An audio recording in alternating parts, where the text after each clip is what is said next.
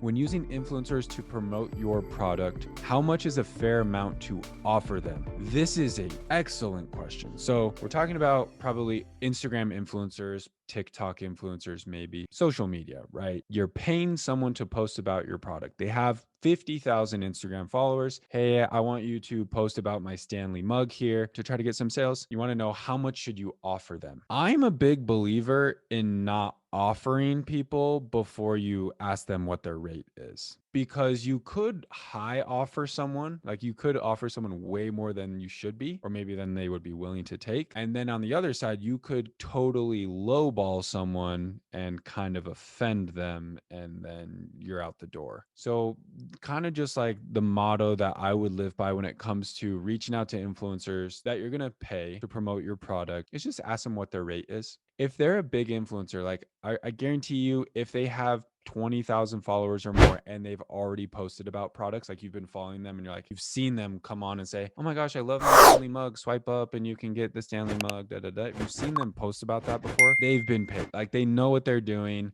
They have rates. They'll be able to tell you what their rate is. So for those type of people, they're going to have a rate. So you just reach out and say, hey, I'm looking for influencer shout out. What are your rates? And they'll say, oh, for a 24-hour Instagram story, it's $200. For a feed post, it's $500. For a link in my bio, it's $1,000. They'll give you the rundown of all their pricing. And then you can decide what to do there. You can decide like, hey, if that works for you, if you want to try to negotiate it. Again, the bigger the influencer, the less you're going to negotiate. Like don't even try. If they're 50, 100,000 followers plus, I wouldn't even bother like trying to negotiate down. Like if they say, oh, it's $500 for a feed post, and you're like, oh, would you take 400? Like it's kind of offensive for those people to play that game. If they're small though, if they're smaller, and the hard thing is there's not like a fine number. It's not like, oh, 8,000 followers. Depends on the person, depends on the market, but let's just say general rule of thumb, less than 10,000 followers. Again, this is very general. Smaller, less than 10,000 followers, you can probably negotiate a little bit better. Where if they come back to you, if they don't have hard rates, like they don't have this whole PDF laid out for rates, they're probably willing to negotiate with you. Or if they don't tell you their rate right off the bat, like, hey, what are your rates? And they kind of just respond, I don't know, trying to think of like how people may have responded. If they just kind of beat around the rate bush and say like, oh, what are you looking for? Like what type of, what type of shout out are you looking for? That is kind of a sign to me that like if they're not straight up giving you their rates when you ask for them, that they don't have rates.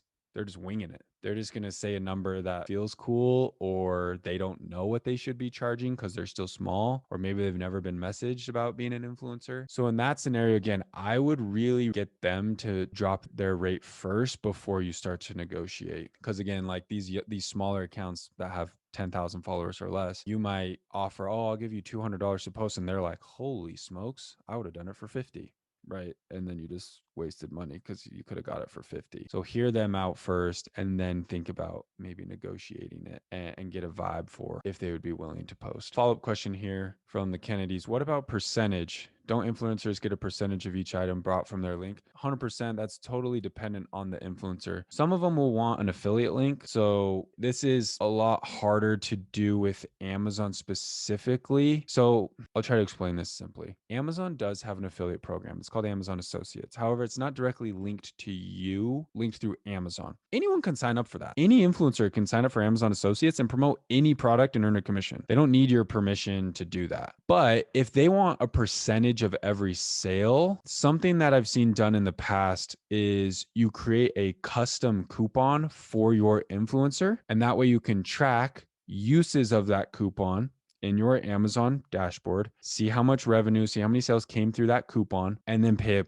commission off that. For example, let's say you want to negotiate with someone, message someone with 10,000 followers. Hey, I'm looking, I think you have a great following. It's really focused around my niche and the product I'm selling. I'm looking for someone who would be willing to promote my product. What are your rates? And they're kind of, wishy-washy, like, oh, like, what are you looking for? Like, I'm open to negotiation or whatever. Then you could say something like, I'm down to pay a commission of sales if you want. If you want to test that out, we can do a post. We can do one campaign. I'll pay X commission on sales. And then, if it works out from there, we can go from there. And what you do is you would create a 10% off, 15% off coupon code, or I shouldn't say coupon, 15% off promotion code for that influencer. Call it Sally15. Her name is Sally. Sally15, custom promo code. It'll get your followers 15% off our product. I'll give you 15% commission on the sale. So they post about, but you're not paying them to post up front. It's straight commission. You negotiate that out, right? But then they post, you get 100 sales. Yeah, 100 units sold. Let's say it's insane. 100 units sold. They all use their 15% off Sally15 coupon. You go on Amazon, you say how many people used my Sally15 coupon. You find the total revenue number. The total revenue number is $2,500. You pay Sally 15% commission. You pay her $375. So you could do that. Instead of paying $375 up front and praying that you get sales, you say, I'll give you 15% commission on every unit that sells. Every person that uses your coupon, will track it. I'll show you the report and I'll give you 15%. So you sold $2,500, you pay her $375. So it's a way to kind of like protect yourself to make sure you do get value. Because if they don't sell it and nobody buys it, then that influencer doesn't get paid. It's just something they have to be willing to accept that rate. Again, with smaller influencers, usually you can kind of negotiate out those types of things. With bigger influencers, a lot of times they'll just say no. They just want, give me $1,000 up front, and no, that's what it takes. Again, every influencer is going to be a little bit different, but from my experience and working with people, and I've done influencer marketing too in the past, and that's kind of the experience I've had. Bigger influencers have their rates, smaller influencers will negotiate, and you can kind of work out details like that and kind of come up with something creative, even like, oh, I'll pay you $50 to post and 5% commission. Like if they want to negotiate, you come up with something that works for you and see if it works for them, and roll with that.